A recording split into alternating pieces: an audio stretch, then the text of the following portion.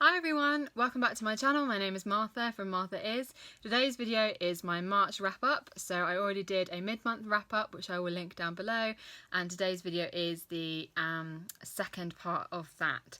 So I'm going to take you through all of the books that I read in the second half of March.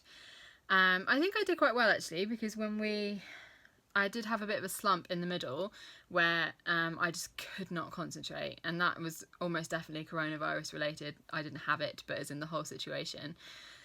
Really struggled to concentrate, and I still have that a little bit. So the majority of what I've been reading has been like under 200 pages or under 250 pages probably, unless it's a graphic novel. I really cannot focus on like big books. I mean, I couldn't at the best of times, but still can't now. But that's okay, because I have plenty of books that are short and wonderful. So let's go through some of those now. Don't think I have a particular order. They're just in a pile. I'm just going to go for it. So first I have for you is Black Flamingo by Dean Atta. So I read this as part of my reading of the Jalak Prize long list. So if you haven't watched my previous videos and you're not aware, the Jalak Prize is a literary prize for writing by BAME authors who are British or British resident, and there's no, I don't think there's any qualification beyond that. So it's quite actually an eclectic list, as you'll kind of see as we go on. But so this was one that I read, one that I already owned, and I'm totally obsessed with this cover. Like, are you not? Like, it's just, honestly, it's amazing. So this is a young adult novel told in verse, which is, I don't think I've read I mean, I guess, is Girl, Woman, Other count as verse, or just, probably not, I don't really know. But I don't think I've read a novel in verse before. And I really enjoyed it actually. So it also makes it a very fast read because it's written in verse. And it's basically about this boy Michael, who is a mixed race teenager, and he is coming to terms with his sexuality. So he thinks he's gay, and so it's all about kind of your identity and figuring out who you are. And so then, like, when he goes to university, he joins the drag society, and that becomes another way of how he chooses to express himself. So he expresses himself as the Black Flamingo. I really liked it. I think I gave it 4 stars. It's a really lovely story about trying to just learn how to be yourself. So we all need a bit of that. So I enjoyed that. Next one, should we just do all the Jalak Prize ones? That's a good idea. So the next one for the Jalak Prize is Astra and the Spirit Bird. So this is a middle grade novel. As I said, it's quite an eclectic mix of writing. So this is a middle grade novel, and it is a fantasy, and it is about Asha, who is a young girl in rural India, and she, her father has moved to a city, and he to kind of earn money to send home to the family, and he it becomes clear that something has gone wrong there, because he's not been sending money home, he's not been writing letters for quite a while, and to the point where her mother has had to borrow money from a moneylender, and now they can't pay them back, and the moneylender is basically threatening to take their home. So Asha, with her friend Jivan, decides to go on like a quest to go and find her father. And and Asha believes that she has, that the spirit of her Nanaji, her grandmother, is accompanying her in the form of a bird. So it's quite it's kind of fantasy, it's quite sort of magical, but it's another one that's really all about finding out who you are, and the inner strength that you have. So I quite enjoyed it. I think I gave it 3.5 stars.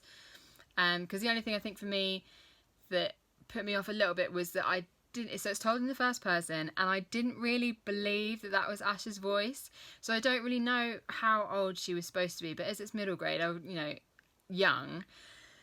And while I think Asha was a very kind of mature and self-possessed character, and that's kind of the point, I still didn't really believe at points that this was the voice of a child. Like, there were just some points where it just felt a little bit kind of too mature, or too, I don't know, it didn't ring true for me. But as a story, I did really like it. So yeah, 3.5 stars. And on the back it says, this book in 3 words is magical Indian adventure. There you go.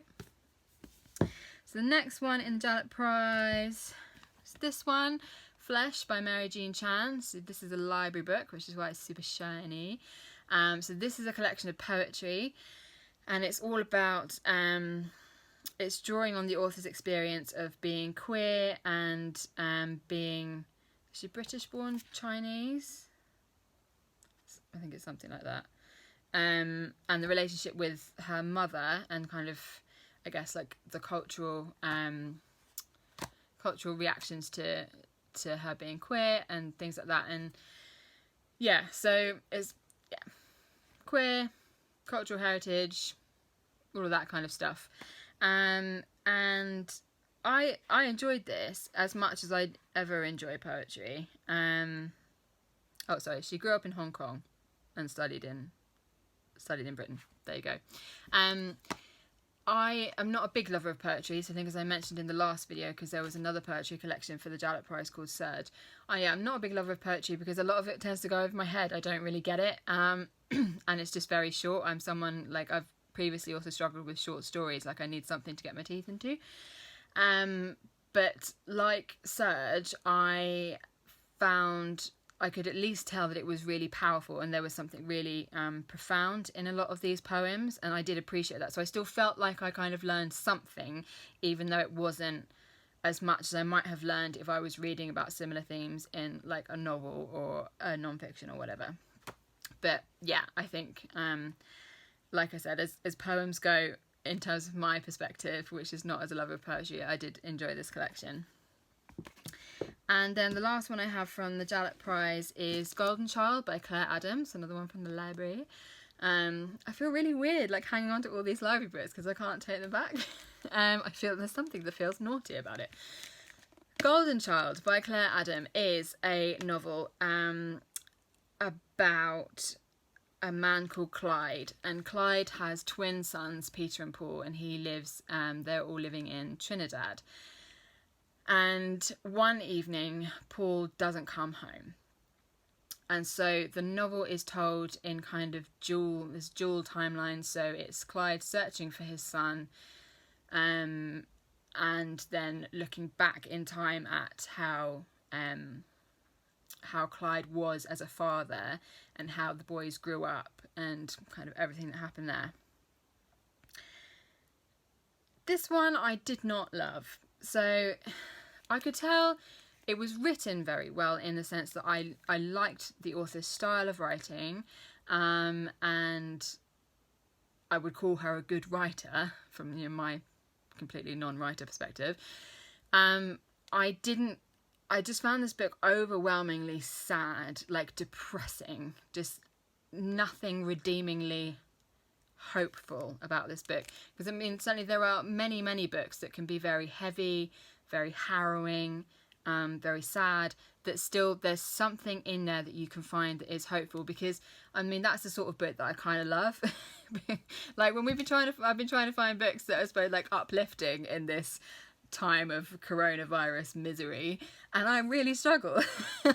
I own hundreds of books and I struggle to find books that are kind of light. So that should tell you that this, something that's very kind of serious, heavy, harrowing, that is my jam. But this was just not okay, because I finished not really knowing what on earth this book was trying to tell me, because it was just miserable. I mean, the way it ends, there's kind of a last scene that I feel like was trying to be painting that moment as hopeful or maybe profound, I don't know, but it was just miserable.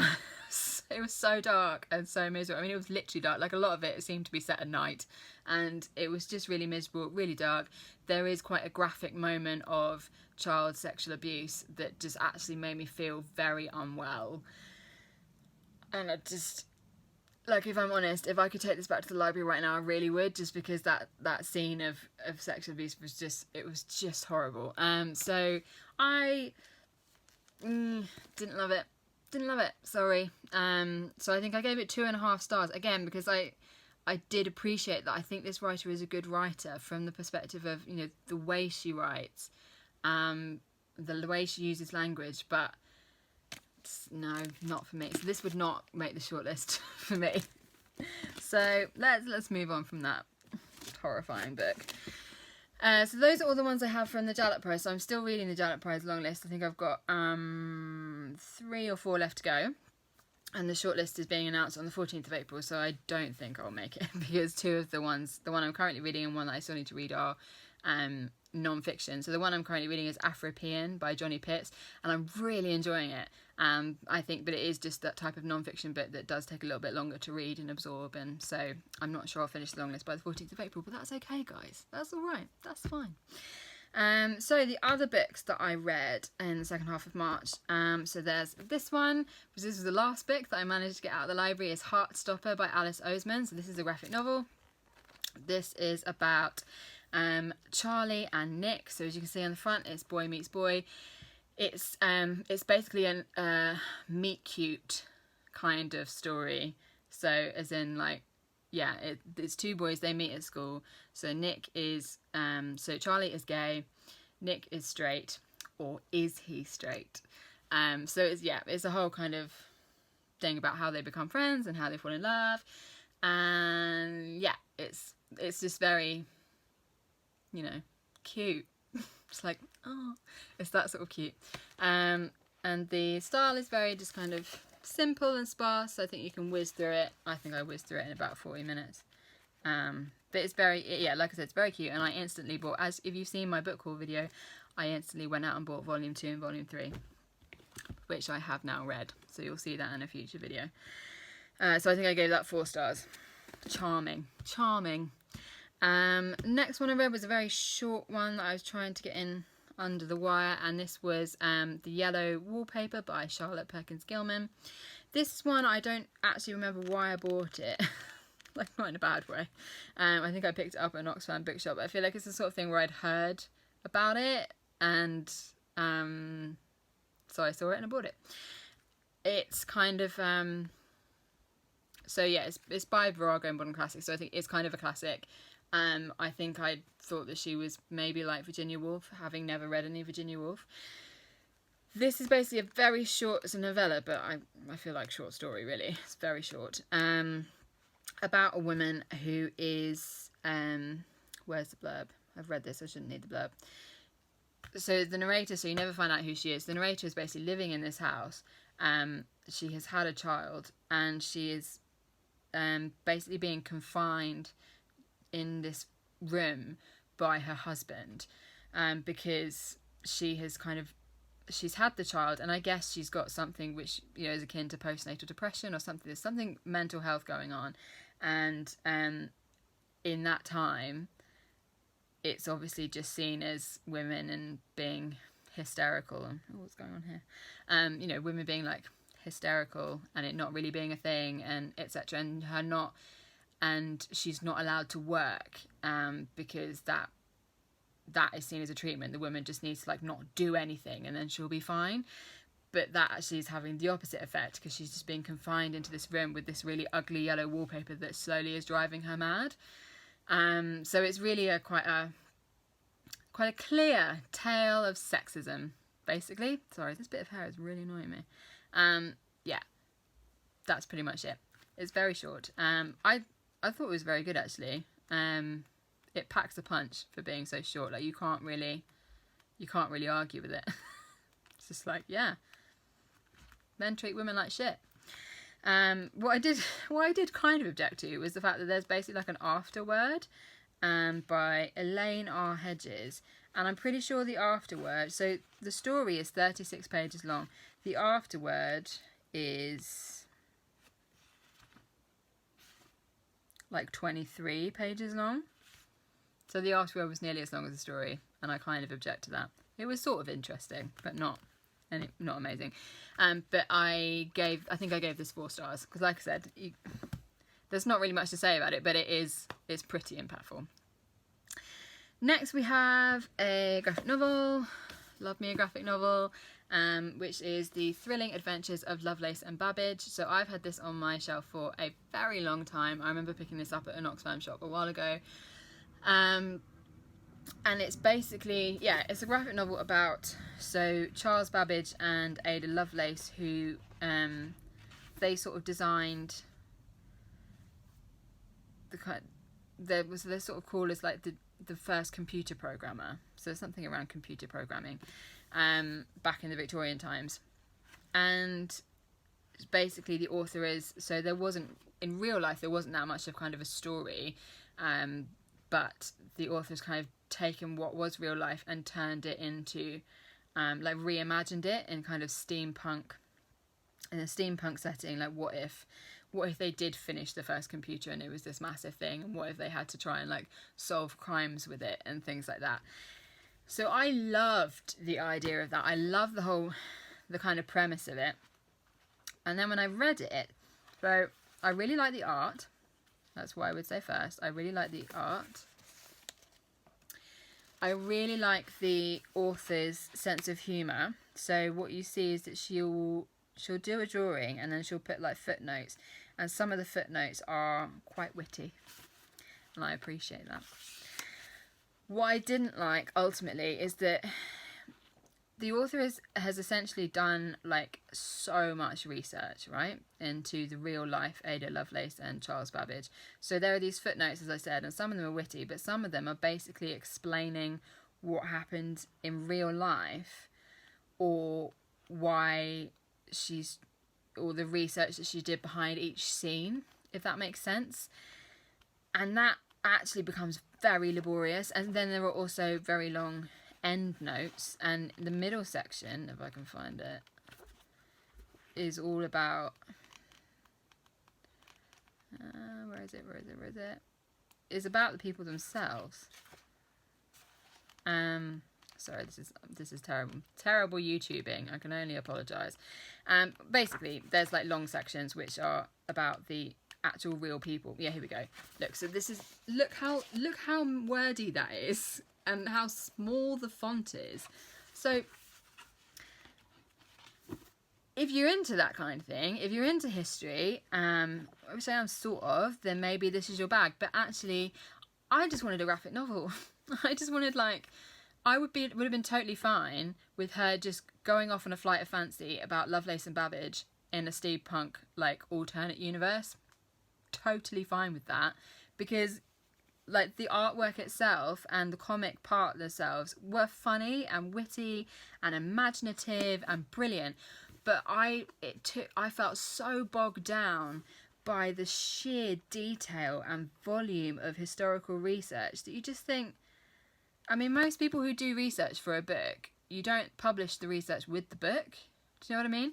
So that was a real disappointment. I think I gave it 2 stars. I'm like really sad about that one, because it had so much potential, because I really did enjoy the parts of it that were just pure comic, author sense of humour, characters, so into that. But it was just so much. I mean, I think I skipped a lot of those kind of massive pages and still felt quite bogged down by it. It's a shame. It was a shame. So that was 2 stars. And the next one is Fantastically Great Women Who Saved the Planet by Kate Pankhurst. So I think I've talked about this in my book haul video and in other videos. This is an amazing series of children's books I absolutely love, which basically takes a few women from history kind of around a theme. So in this book we're talking about like climate change and conservation and nature and animals, and just gives you like a double page spread about each woman. So here you've got Anita Roddick, who founded the Body Shop, and you know, is all about kind of campaigning against, I've gone into, my phone's not happy, there we go, it's all about campaigning against animal testing and things like that. So but they're just, I love the imagination, I love the colour. This is perfect for children, but it is also perfect for adults, because why not? We all need some colour and joy in our lives, and to learn about awesome women.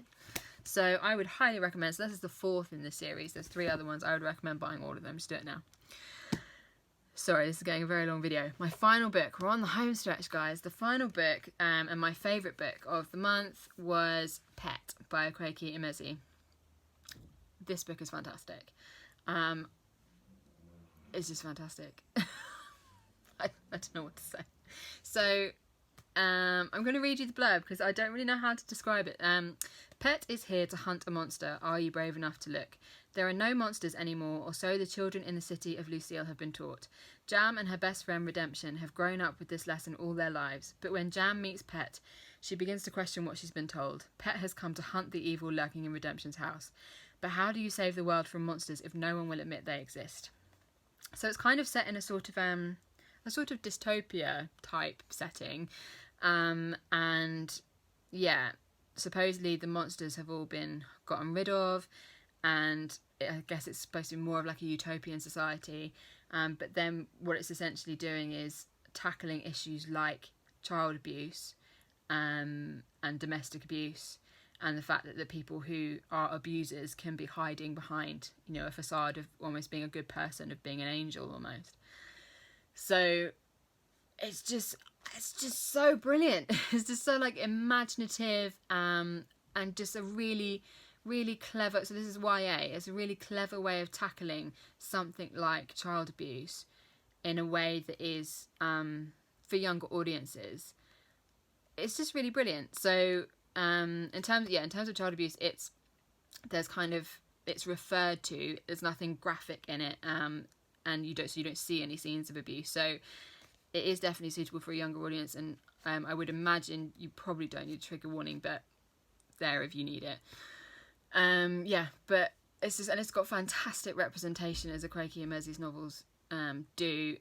So you've got trans characters, non-binary characters, polyamory. It's a great book. It's a great book, guys. I'm doing a shoddy job of describing it, but it's a very good book. So that's it. You'll be glad to know, because this is a very long video. Thanks for watching. If you enjoyed this, please give me a thumbs up. Subscribe to my channel. I'd be delighted if you would. Let me know what you've been reading. Have you read any of these books? Did you agree or disagree with my ratings? What have you been reading in March? What are you reading in the age of coronavirus? Are you able to read long books? I don't know if I'm ever going to be able to read a long book again, but that's fine. I hope you're all keeping well, and I will see you again soon for another video. Bye!